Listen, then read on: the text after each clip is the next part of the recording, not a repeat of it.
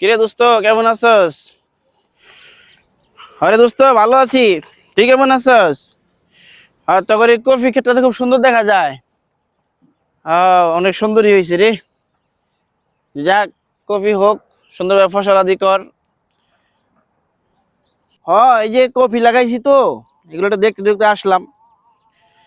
এই যে কফি বড় হচ্ছে তো, কফি শাক এগুলো হোক, বাসায় পাঠাই দিবনি, টাটকা সবজি একদম, বুঝছস? আর এই যে এখানে মাছ আছে, এগুলো সব কিছু আমরা সব সব তাজা খাই, বুঝছ নাই? আচ্ছা ঠিক আছে, দিস তুই, সমস্যা নাই।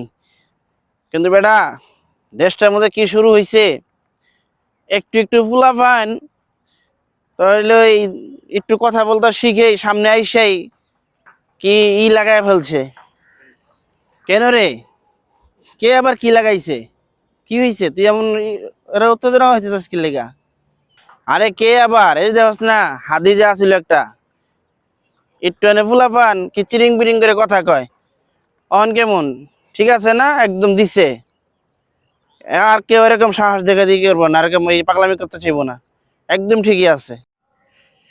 ও, এই কথা।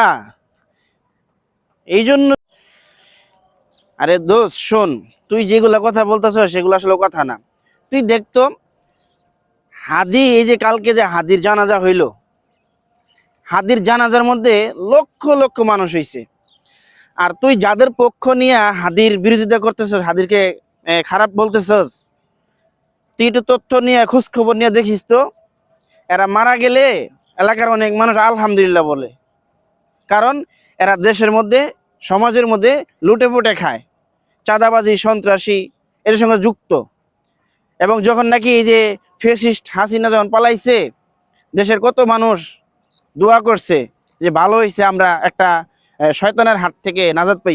চলাফেরার মধ্যে আমি মাঝে মধ্যে ফলো করি, ইন্ডিয়ার কথার সঙ্গে তোর কথা মিলে জায়গা, দেশের চাঁদাবাজ সন্ত্রাসদের কথার সঙ্গে তোর কথা, তাদের সাপোর্ট তুই নেস। এইটাই হলো মূল কাহিনী।